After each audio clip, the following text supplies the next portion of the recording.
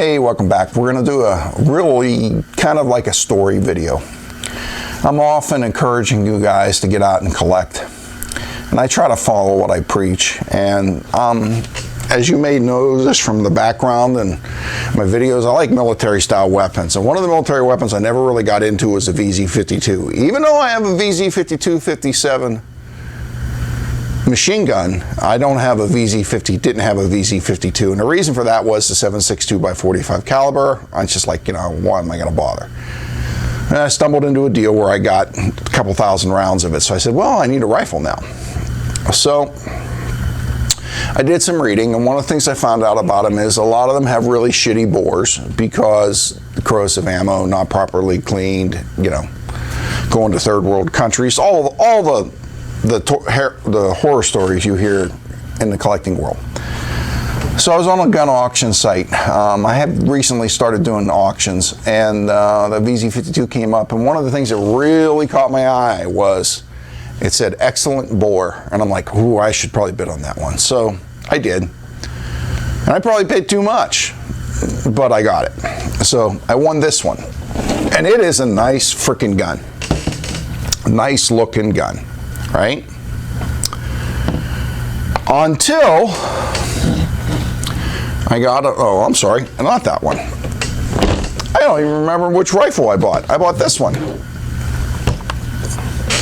Nice and black and blue, and I looked on the bore, and the bore was pristine, and it doesn't have the cracked and hand guards where they usually glued them on with the plastic Bakelite. The sling was there. Even the sight hood muzzle cover was there. Looked, I got it, took it apart, oiled it. I'm like, oh, this is a great gun. It's super nice. Put a couple rounds in it, went out in the back, fired it, and it went off, and that's all it did. Bolt didn't move at all.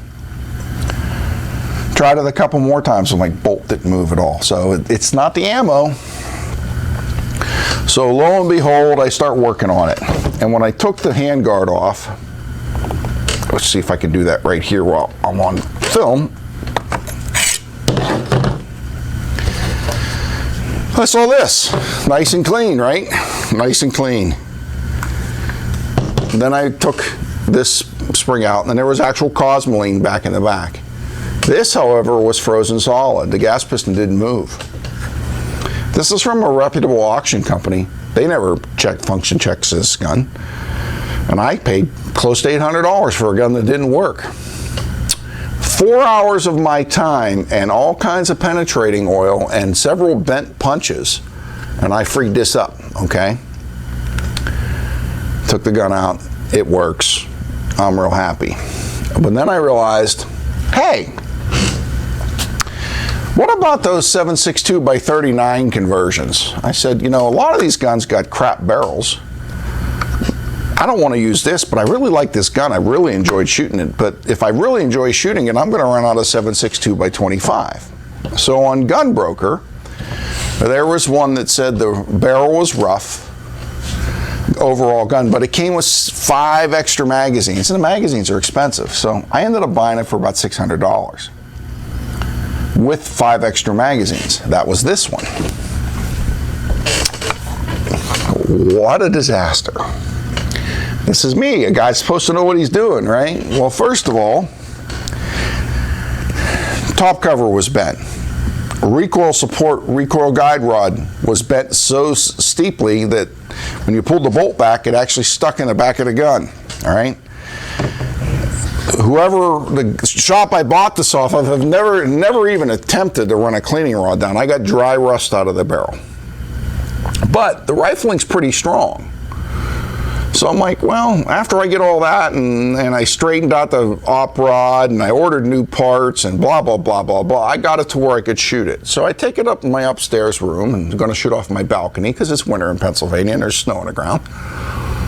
And it doesn't chamber around. 7.62 by 45 won't go in it. And I'm like, what the heck? I cleaned the crap out of it. I could see the chamber was clear.